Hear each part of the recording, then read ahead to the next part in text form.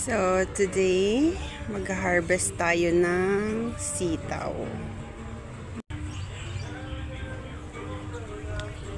So, ayan. Nakailang harvest na kami nito. Ngayon lang ako mag-video. Ito, maliit pa to eh. Pero, pwede na.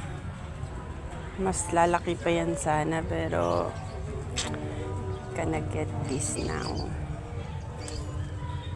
Okay. Kaya halo natin sa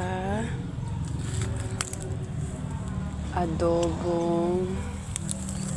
Okay. Diba? Ito pa. Yeah, madami na to. Hindi lang siya masyadong nakikita kasi ang kapal ng ano niya. Ayun pa.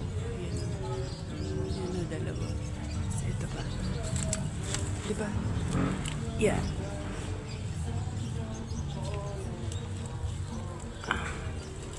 Mag-aadobo kasi kami ng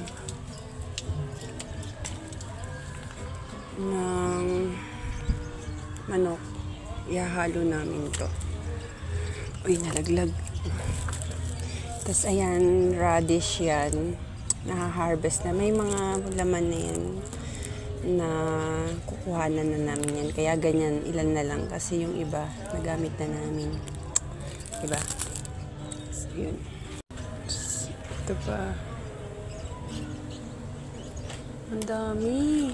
Ito pa. Oh my God. Ang dami na pala nila. Kakakuha lang namin ng isang araw. Sa bagay kasi maulan eh. Kaya ang dami.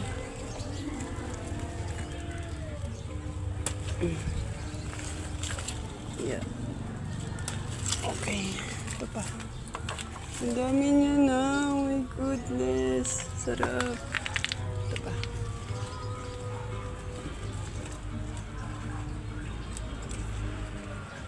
Makakuha lang namin ng isang araw. So, ang dami niya na. Teka, hindi ko siya abot. Kailangan kong umikot. Ito pwede na to. Feeling ko. Malit siya pero pwede na siya. Hindi na natin bago pa siya gumulang. Teka, ikot ako dun sa kabila. So, ito. Dalawa siya, pero masyado pang maliit itong isa. So, itong isa yung kukunin ko.